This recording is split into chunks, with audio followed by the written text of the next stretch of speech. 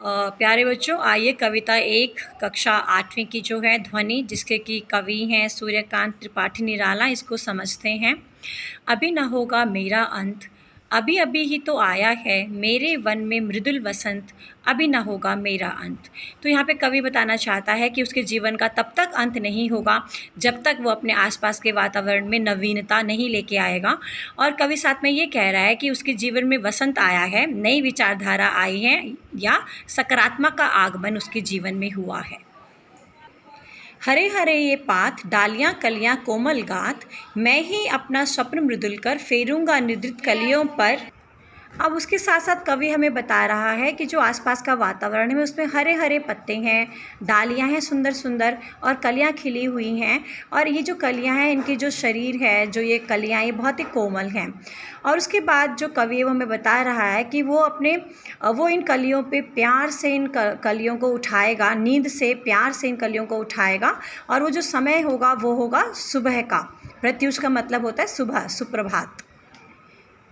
पुष्प पुष्प पे तंद्रालस ललसा खींच लूँगा मैं, अपने नवजीवन का अमृत सहर्ष सींच दूंगा मैं।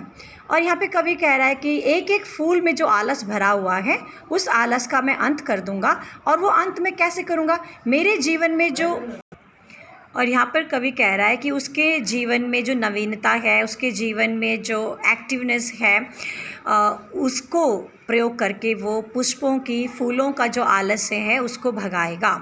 द्वार दिखा दूंगा फिर उनको, है मेरे वे जहाँ अनंत, अभी ना होगा मेरा अंत। और इस प्रकार कवि कह रहा है जो अलसाए पुष्प हैं, कलियाँ हैं, इनको ये ऐसा द्वार दिखाएगा जहाँ पे सक्रिय होता है इंसान, या ये सक्रिय बन जाएंगे, कलियाँ सक्रिय बन जाएंगी, खिलेंगी, महकेंगी और अपने वातावरण को सुंदर बनाएंगी। और इस प्रकार कवि कहता है कि उसका अंत कभी भी नहीं होगा। चलिए स्टूडेंट्स, अब इस कविता के शब्दार्थ करते हैं। मृदुल मीन्स कोमल, जैसे कलियाँ कोमल होती हैं। गात शरीर, तो हमें अपनी गात की देखभाल करनी चाहिए, अच्छा खाना खाना चाहिए। स्वप्न सपना, निद्रित नींद में, प्रत्युष प्रातःकाल, तो आप प्रत्युष में उठकर एक्सरसाइज कीजिए। मनोहर मनोहारी, मन को हरने वाली जो भी चीज़ पसंद हमें आती है।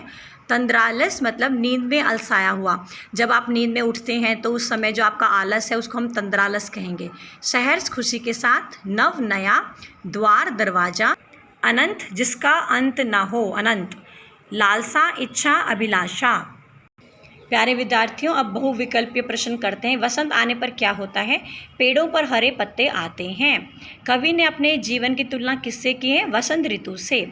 कवि पुष्पों के माध्यम से किसे सीख देना चाहता है? देश के नव युवकों को। कवि अंत का द्वार किसे दिखाना चाहता है? खिले पुष्पों को।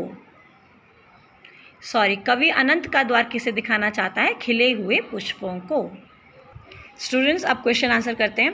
कवि को ऐसा क्यों विश्वास है कि उसका अंत अभी ना होगा? कवि को ऐसा विश्वास है कि उसका अंत अभी ना होगा क्योंकि, पहला पॉइंट लिखिए, उसके मन में अभी भी जोश और उमंग है। दूसरा पॉइंट लिखिए, वह कुछ नया काम कर युवा पीढ़ी के आलस को दूर भगाना चाहता है। दूसरा प्रश्न, फूलों का अनंत तक विकसित करने के लिए कवि कौन कौन सा प्रयास करता है? कवि फूलों को अनंत तक विकसित करने के लिए उन्हें कलियों से निकालकर खिले फूल बनाना चाहता है। कवि फूलों के आँखों से आलस हटाकर उन्हें चुस्त बनाना चाहता है। प्रश्न 3, कवि पुष्पों की तंद्रा और आलस्य दूर हटाने के लिए क्या करना चाहता है? सबसे पहले तंद्रा का मतलब होता है नींद, तो उसकी नींद हटाने के लिए, आलस हटाने के लिए कवि क्या करना चाहता है? कवि पुष्पों की तंद्रा और आलस्य दूर करने के लिए, पहला पॉइंट लिखिए, उन पर हाथ फेरकर उन्हें उठाना चाहता है। दूसरा पॉइंट लिखिए, उन्हें चुस्त और प्राणवान बनाना चाहता है। और आपका जो आखिरी में प्रश्न है वो है, वसंत को ऋतुराज क्यों कहा जाता है? वसंत को ऋतुराज इसीलिए कहा जाता है क्योंकि यह सभी ऋतुओं का राजा है। इस ऋतु में मौसम सुहावना होता है। तो इस प्रकार आप इस प्यारी सी कविता को कीजिए। Thank you.